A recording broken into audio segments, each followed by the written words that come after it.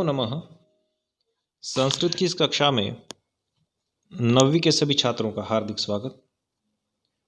आज हम दूसरा पाठ पढ़ेंगे, द्वितीय पाठः, जिसका नाम है अव्ययमाला। आगे लिखा है कंठस्थीकरणार्थम। कंठस्थ करना यानी लर्न करना, याद करना, मेमोराइज करना।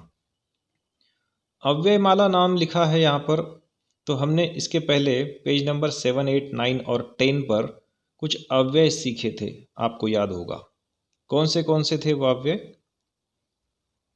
त्वांत अव्यय, ल्यबंत अव्यय और तुमंत अव्यय।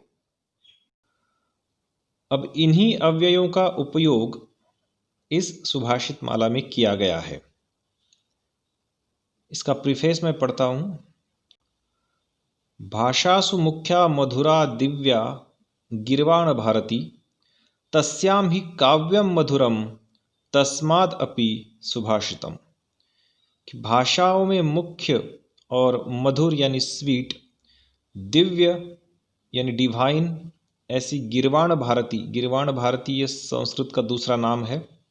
कि भाषाओं में प्राइम और स्वीट और डिवाइन जो है वह संस्कृत भाषा है। तस्याम ही काव्यम मधुरम, उसमें भी कविता जो है वो बहुत ज़्यादा स्वीट है। और तस्माद अपि सुभाषितम, और उसमें भी सुभाषित जो है वो बहुत ही ज़्यादा मीठे हैं। सुभाषितम नाम शोभनम भाषितम। सुभाषित का अर्थ होता है सुंदर बोलना। संस्कृत साहित्ये विपुलानि सुभाषितानि सन्ति। संस्कृत लिटरेचर में बहुत सारे सुभाषित हैं। अल्पाक्षरत्वम सुभाषितानां वैशिष्ट्यम। अल्पाक्षर यानी कम अक्षरों में बोलना, कम अक्षरों में, कम शब्दों में ज़्यादा अर्थ बताना, ये सुभाषितों का वैशिष्ट्य है, ये खासियत है। मधुराणि गेयानि अर्थपूर्णानि एतानि सुभाषितानि। ये सुभाषित कैसे है? मधुर है यानी स्वीट है, गेय यानी गाने लायक है, अर्थपूर्ण है, अर्थ से भरे हुए, मीनिंगफुल है, ऐसे ये सुभाषित है। सुभाषितानां पठनेन वाणी सुसंस्कृता निर्दोषा च भवति। सुभाषितों के पढ़ने से वाणी यानी हमारी जिह्वा, बोलना जो हमारा है वो सुसंस्कृत होता है, कल्चर्ड होता है और निर्दोष होता है, शुद्ध हो जाता है। वक्तृत्व कलायाम निपुणता संपादनार्थम उत्कृष्ट निबंध लेखनार्थम च तानि अतीव उपयुक्तानि। वक्तृत्व कला यानी इलोक्यूशन, स्पीच देना, भाषण देना, इस कला में अगर आपको निपुणता संपादन करनी है, एक्सपर्टाइज हासिल करना है, तो या फिर उत्कृष्ट निबंध लेखनार्थम यानी अच्छा निबंध लिखने के लिए, ऐसे लिखने के लिए ये सुभाषित जो है बहुत ज़्यादा उपयुक्त है। बीच बीच में आप अगर निबंध में, ऐसे में और भाषण में अगर अच्छा सुभाषित यूज करते हैं तो उसका श्रोताओं पर अलग प्रभाव पड़ता है। अतः इयं सुभाषितानां माला छात्रैः अवश्यम कंठे धारणीया। इसलिए ये सुभाषितों की जो माला है, ये गारलैंड है, इसको छात्रों के द्वारा अवश्य अपने कंठ में धारण करना चाहिए। कंठ में धारण करने का अर्थ होता है अपने गले से ये आसानी से निकलनी चाहिए, इसको याद करना चाहिए। हम पहले सुभाषित से पढ़ते हैं। यहाँ पर देखिए तुमंत, ल्यबंत, त्वांत ये सारे अव्यय यूज किए गए हैं, हम इनको पढ़ेंगे। श्रोतुम कर्णौ वक्तुम आस्यम सुहास्यम, घ्रातुम घ्राणम पादयुग्मं विहर्तुम, द्रष्टुम नेत्रे हस्तयुग्मं च दातुम, ध्यातुम चित्तम येन सृष्टम स पातु। यहाँ पर तुमंत अव्यय उपयोग में लाया गया है। तुमंत का अर्थ होता है क्या करने के लिए। तो श्रोतुम यानी सुनने के लिए, सुनने के लिए कर्णव मतलब दो कान दिए हैं। भगवान ने हमें सुनने के लिए दो कान दिए हैं। वक्तुम यानी बोलने के लिए आस्यम, आस्यम का अर्थ होता है मुख, माउथ।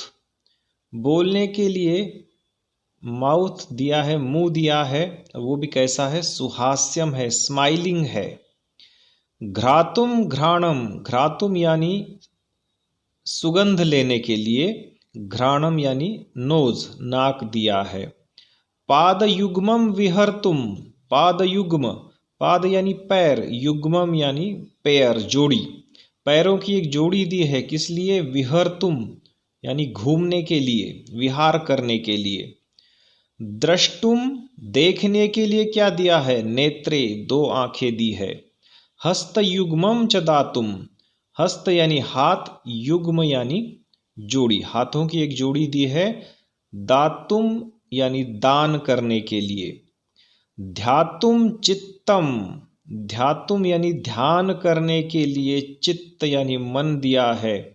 ध्यातुम चित्त येन सृष्टम, ध्यान करने के लिए मन जिसने बनाया है, सृष्टम यानी बनाया है।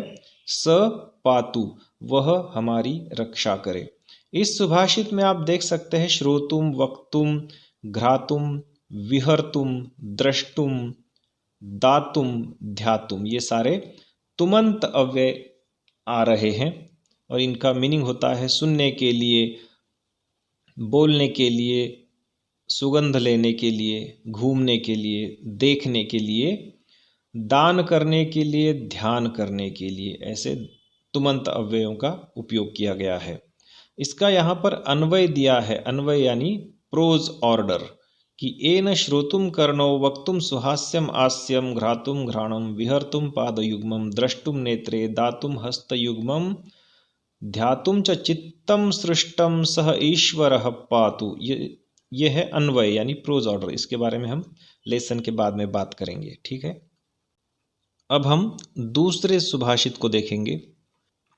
गुणाः कुर्वन्ति दूतत्वं दूरेऽपि वसतां सतां केतकी गन्धमाघ्राय स्वयमायान्ति षट्पदाः। सताम ये शब्द आ रहा है इसके अंत में। सताम यानी सज्जनों का, सज्जन लोगों का। गुणाः कुर्वन्ति दूतत्वम, सज्जन लोगों के जो गुण होते हैं, क्वालिटीज होते हैं, तो वो उनके दूत का काम करती हैं, मतलब मैसेंजर का काम करती हैं। दूरेपि वसताम, वो अगर दूर भी रहते हो कहीं किसी पहाड़ी पर, फिर भी अच्छे लोगों के जो गुण होते हैं वो उनके लिए मैसेंजर का काम करते हैं।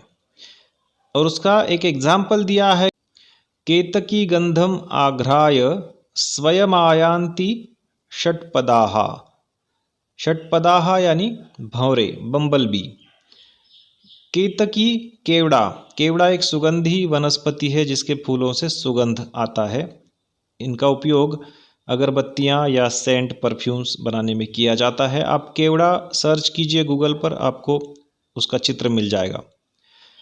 केतकी का जो गंध है उसको आघ्राय, ऐसा ल्यबंत अव्यय यहाँ पर उपयोग में लाया गया है। आघ्राय यानी सूंघ कर, केवड़े का सुगंध सूंघ कर, स्वयं आयांति खुद ही आ जाते हैं, षट्पदाः भंवरे, बम्बल बी, भंवरे खुद ही वहाँ पे उनका जो रस होता है वो लेने के लिए खुद आ जाते हैं। तो ये गंध जो है ये गुण का, मैसेंजर का काम करता है।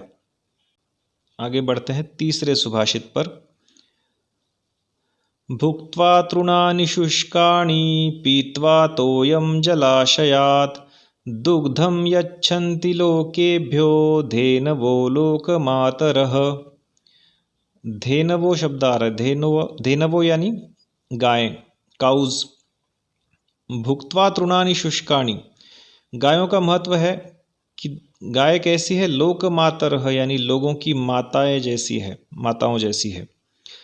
वो क्या करती है, भुक्त्वा तृणानि शुष्कानि, खाकर, तृण यानी घास, शुष्क यानी सूखी हुई, सूखी घास खाकर, यहाँ पर त्वांत अव्यय आ रहा है। भुक्त्वा, पठित्वा, लिखित्वा, भुक्त्वा।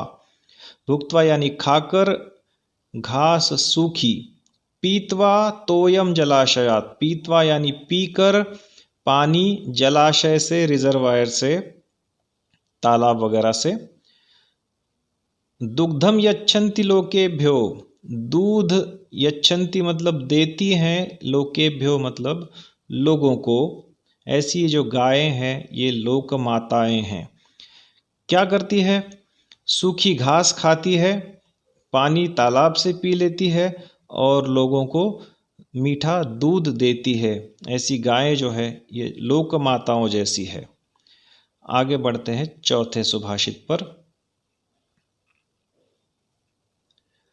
अकृत्वा परसंतापम अगत्वा खलमंदिरम अनुत्सृज्य सतां वर्त्म यत्स्वल्पम अपि तद्बहु। अकृत्वा ये भी त्वांतव्य, अगत्वा त्वांतव्य, अनुत्सृज्य ल्यबंत अव्यय। अकृत्वा परसंतापम नहीं करके, परसंतापम यानी दूसरों को दुख देकर, दूसरों को दुख नहीं देकर। अगत्वा खल मंदिरम, खल यानी दुष्ट, मंदिरम यानी उसका घर, दुष्ट के घर पे नहीं जाते हुए। अनुत्सृज्य सताम वर्त्म, वर्त्म यानी मार्ग, रास्ता। अनुसृज्य फॉलो करके, सताम सज्जनों का, सज्जनों का मार्ग फॉलो करके। यद स्वल्पम अपि जो कुछ थोड़ा बहुत मिल जाए, तद बहु यानी वो बहुत ज़्यादा है। यहाँ पर आप देखिए कि अपना लाभ होने के लिए लोग क्या क्या करते हैं, दूसरों को दुख देते हैं, दुष्टों के घर पे जाते हैं और अच्छे लोगों का मार्ग फॉलो नहीं करते हैं। ये सारे काम करके वो बहुत ज़्यादा लाभ फ़ायदा कमाना चाहते हैं और वो लाभ और वो फ़ायदा उनको ज़्यादा दुख देता है बाद में। इसलिए इस सुभाषित में क्या कहा गया है कि दूसरों को दुख न देकर, दुष्टों के घर पे नहीं जाकर और सज्जनों का मार्ग फॉलो करके जो कुछ आपको मिल जाए थोड़ा बहुत, वो भी बहुत ज़्यादा है ऐसा समझना। वो लाभ जो है वो बहुत ज़्यादा है ऐसा समझना, क्योंकि उससे आपको सुख मिलेगा, चैन की नींद मिलेगी। आगे बढ़ते हैं पांचवें सुभाषित पर। यस्य षष्ठी चतुर्थी च विहस्य च विहाय च अहम कथम द्वितीया स्यात् द्वितीया स्यामहम कथम। ये जो सुभाषित है यह एक विवाह योग्य कन्या जो है वो कह रही है कि मैं ऐसे आदमी से शादी नहीं कर सकती जिसको ग्रामर नहीं आता, जिसको व्याकरण का थोड़ा बहुत भी प्राइमरी नॉलेज नहीं है, कि जो जिसकी षष्ठी और चतुर्थी यानी विहस्य और विहाय है। अब देखिए हमको पता है कि षष्ठी जो है उसमें स्य लगता है, देवस्य, वनस्य वगैरह, पुस्तकस्य। तो विहस्य का मतलब भी वो समझ सकता है कि ये षष्ठी है।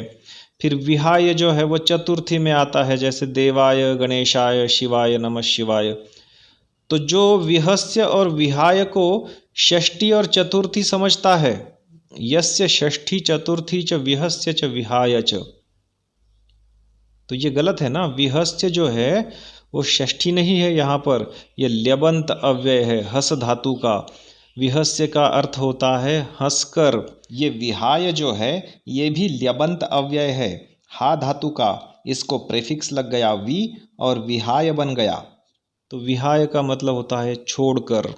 तो ये दोनों भी षष्ठी और चतुर्थी की विभक्तियां नहीं है, बल्कि ये ल्यबंत अव्यय है।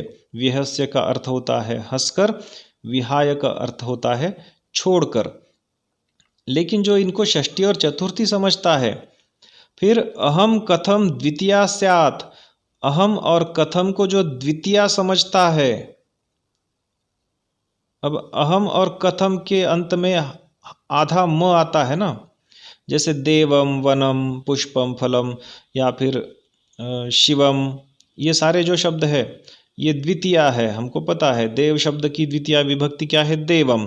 तो अहम और कथम ये द्वितीया नहीं हो सकती। अहम ये जो है ये प्रथमा है अस्मत् की, कथम ये अव्यय है।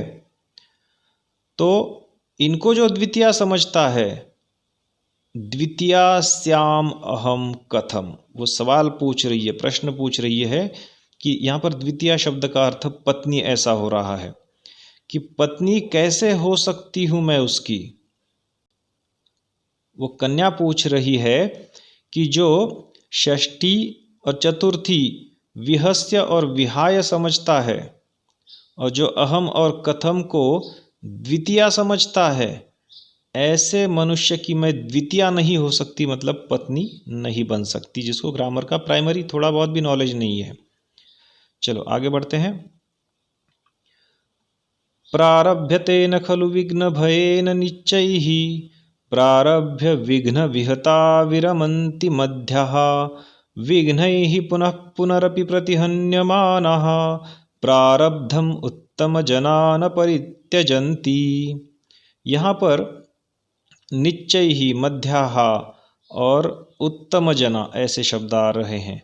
निश्चय ही का मतलब होता है नीच आदमी यानी वीक माइंडेड पर्सन, मध्याः यानी मीडियोकर पर्सन, बीच वाला, जो बहुत ज़्यादा वीक माइंडेड भी नहीं है, बहुत ज़्यादा स्ट्रांग भी नहीं है, और उत्तम जन यानी बहुत अच्छे लोग, अच्छी क्वालिटी के लोग। अब ये लोग क्या करते हैं, तो प्रारभ्यते न खलु विघ्न भयेन निश्चय ही, प्रारभ्यते यानी शुरू ही नहीं करते हैं सचमुच, खलु विघ्न के भय से यानी संकट के डर से वीक माइंडेड लोग काम शुरू ही नहीं करते। फिर ये जो मध्याः होते हैं यानी मीडियोकर पर्सन होते हैं, ये क्या करते हैं, प्रारभ्य यानी शुरू करके, विघ्न विहता संकट आ जाने पर, विरमंती यानी रुक जाते हैं, विराम लेते हैं, और विघ्नैः ही पुनः पुनरपि प्रतिहन्यमानाः, विघ्नों के द्वारा बार बार रोकने पर भी या पराभूत करने पर भी, उन्हें हराने पर भी, प्रारब्धम उत्तम जना न परित्यजन्ति, शुरू किया हुआ काम उत्तम लोग न परित्यजन्ति नहीं छोड़ते हैं। तो आपको ये डेफिनेशन दी गई है कि weak minded person, mediocre person और गुड पर्सन क्या होते हैं। कि वीक पर्सन क्या करते हैं, विघ्न के डर से, संकट के डर से काम शुरू ही नहीं करते। जो मीडियोकर होते हैं वो शुरू तो करते हैं, लेकिन विघ्न विहता संकट आने पर विराम ले जाते हैं, रुक जाते हैं, और विघ्नों के द्वारा, संकटों के द्वारा बार बार हराने पर भी शुरू किया हुआ काम अच्छे लोग नहीं छोड़ते हैं।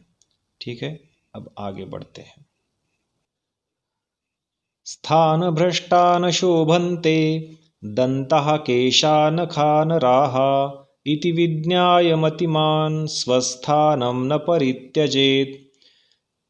स्थान भ्रष्ट होना, अपनी जगह छोड़ देना, अपनी पोस्ट को छोड़ देना।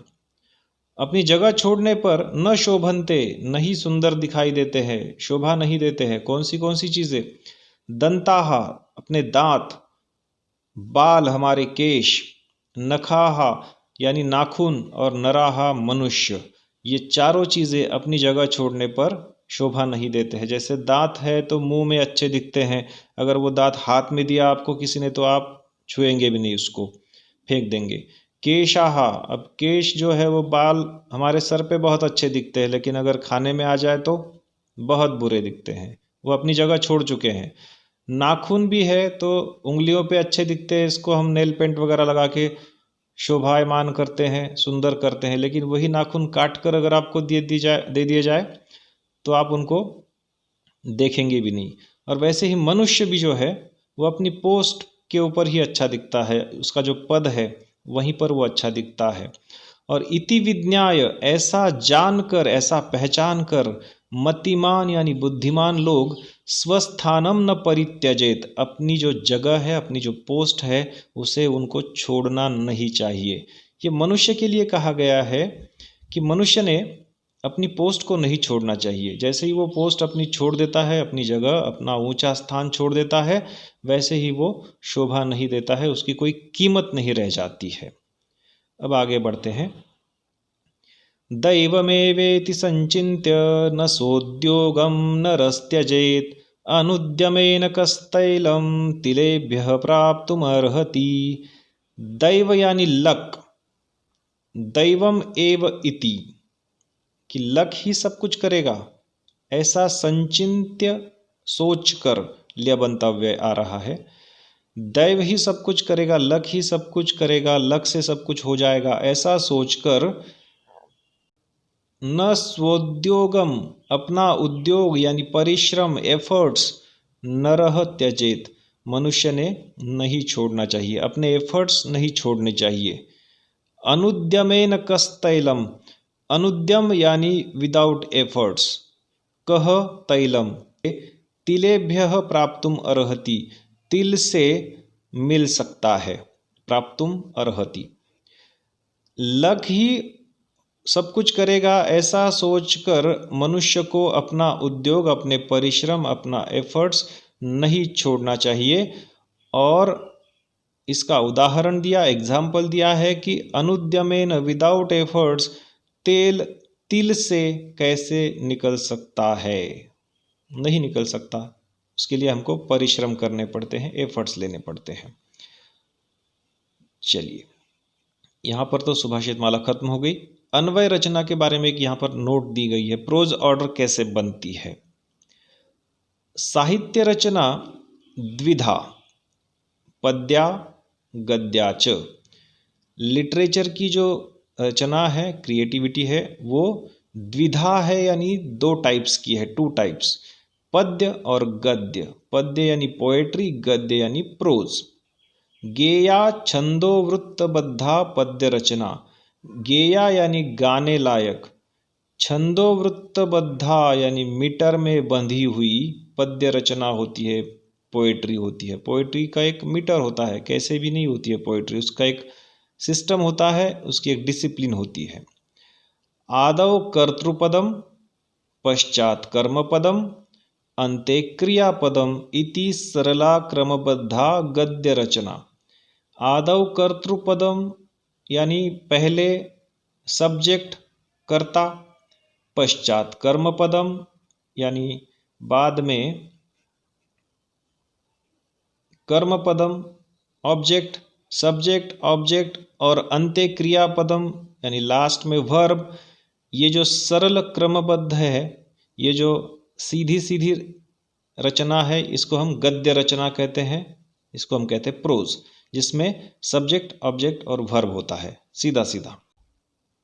अयम पदक्रमः पद्येन दृश्यते, ये जो शब्दों का क्रम है, ऑर्डर है, ये कविता में नहीं दिखता है या गाने में नहीं दिखता है। जैसे हिंदी गाना है कि सुनो गौर से दुनिया वालों, बुरी नज़र ना हम पे डालो, तो इसका गद्य क्या हो जाएगा, प्रोज ऑर्डर क्या हो जाएगा कि ए दुनिया वालों गौर से सुनो, इस तरह से। तो ए दुनिया वालों गौर से सुनो, ये गद्य हो गया, प्रोज हो गया, और सुनो गौर से दुनिया वालों, ये कविता हो गई, गाना हो गया। अतः कदाचित पद्यम दुर्बोधम भवति, और ऐसा उल्टा पुल्टा लिखने के कारण कभी कभी जो पद्य है, कविता है, ये दुर्बोधम यानी नहीं समझने लायक, समझने में मुश्किल हो जाती है। पद्यस्य पद विभागम कृत्वा विकीर्णानि पदानि संयोज्य पुनः सरल क्रमेण कृता रचना नाम अन्वयः। अन्वयः यानी प्रोज ऑर्डर, इसकी डेफिनेशन क्या दी जा रही है, देखिए। पद्यस्य पद विभागम कृत्वा, कविता के शब्दों को अलग अलग करके, विकीर्णानि पदानि, अलग अलग जो शब्द दूर दूर है उनको संयोज्य यानी फिर से जोड़कर ठीक से उनकी रचना करके, पुनः सरल क्रमेण कृता रचना, फिर से सीधे ऑर्डर में की गई जो रचना है उसे हम कहते हैं प्रोज ऑर्डर, अन्वय। एक सीधा सेंटेंस हम बनाते हैं कविता का। अर्थबोधस्य सरलम साधनम नाम अन्वयः, और एक डेफिनेशन आ रही है कि अर्थबोध, अर्थ समझने का सीधा सीधा इंस्ट्रूमेंट जो है वो है अन्वय। अन्वय अगर हम करते हैं, सीधा सेंटेंस बनाते हैं, तो उस कविता का अर्थ हमको जल्दी समझ में आता है। अनुवादार्थमपि लाभदायकः अन्वयाभ्यासः। अनुवाद के लिए, ट्रांसलेशन के लिए भी लाभदायक होता है अन्वय का अभ्यास करना, प्रोज ऑर्डर का अभ्यास करना हमें ट्रांसलेशन में भी मदद करता है। क्वचित पद्ये ये शब्दाः न वर्तन्ते। कभी कभी कविता में जो शब्द नहीं होते हैं, तान कल्पयित्वा उनकी कल्पना करके अर्थपूर्णा वाक्य रचना भवति। अर्थपूर्ण मीनिंगफुल वाक्य रचना यानी सेंटेंस हम बनाते हैं। पद्यस्थम क्रियापदम अन्विष्य कः कर्ता किम कर्म इति प्रश्नान् कृत्वा अन्वयः करणीयः। कविता में क्रियापद को पहले खोजना पड़ता है। कविता में क्रियापद खोजकर कौन करता है यानी कौन सब्जेक्ट है, क्या ऑब्जेक्ट है, ऐसे प्रश्न करके अन्वय करना पड़ता है। यथा यानी जैसे, लोभाविष्टो नरो वित्तं वीक्षते न तु संकटं दुग्धं पश्यति मार्जारो न तथा लघुडाहतिम। ये सुभाषित हमने 8th स्टैंडर्ड में सीखा था कि लोभ के आवेश में आकर मनुष्य पैसा तो देखता है, संकट नहीं देखता है। लेकिन और जैसे ही दूध देखती है बिल्ली, लेकिन लकड़ी का जो प्रहार है उसको नहीं देखती है। अब लोभाविष्टो नरो वित्तम वीक्षते न तु संकटम, ये हो गई कविता। अब इसका क्रियापद पहले आपको ढूंढना पड़ता है। अत्र किम क्रियापदम, वीक्षते, देखता है। यहाँ पर क्रियापद क्या है, देखता है। कह वीक्षते, कौन देखता है, नरः, ये हो गया हमारा सब्जेक्ट, कर्ता। कीदृशः नरः, कैसा मनुष्य, उसका जो एडजेक्टिव है वो हम ढूंढ रहे, विशेषण, कि वो मनुष्य कैसा है, लोभाविष्ट है, लोभ से भरा हुआ है, ग्रीड से भरा हुआ है। लोभाविष्टः नरः किम वीक्षते, लोभ से भरा हुआ आदमी क्या देखता है, वित्तम यानी पैसा देखता है। ये हो गया हमारा ऑब्जेक्ट। किम न वीक्षते, क्या नहीं देखता है, संकटम, ये दूसरा ऑब्जेक्ट कि नहीं देखता है संकट। मार्जारः किम पश्यति, बिल्ली क्या देखती है, दुग्धम यानी दूध देखती है। किम न पश्यति लघुडाहतिम, क्या नहीं देखती है, लकड़ी का प्रहार, ये दूसरा ऑब्जेक्ट। अब इसमें हमने क्रियापद ढूंढा वीक्षते, कर्ता ढूंढा नरः, उसका विशेषण ढूंढा लोभाविष्टः, और उसका ऑब्जेक्ट ढूंढा वित्तम, दूसरा ऑब्जेक्ट संकटम। अब इसका अन्वय कैसे बनाया है, सीधा सीधा वाक्य कैसे बनाया, देखिए। यथा लोभाविष्टः नरः वित्तम वीक्षते, जैसे लोभ से भरा हुआ मनुष्य पैसा देखता है। संकटम तु न वीक्षते, संकट को नहीं देखता है, संकट तो नहीं देखता है। तथा वैसे ही मार्जारम दुग्धम पश्यति, तथा बिल्ली वैसे ही दूध देखती है। लघुडाहतिम तु न पश्यति, यानी लकड़ी का फटका नहीं देखती है। इस तरह से इसका प्रोज ऑर्डर बन गया, सीधा सीधा सेंटेंस बनाया है। लेकिन ये कविता नहीं है, ये प्रोज है, गद्य है। इसकी कविता बनती है शब्दों के उलट फेर से। इसका नाम होता है अन्वय। इसका भाषाभ्यास आप आसानी से सॉल्व कर सकते हैं। फिर हम आगे के लेसन पे बढ़ेंगे। तब तक के लिए पढ़ते रहिए, बढ़ते रहिए। धन्यवाद।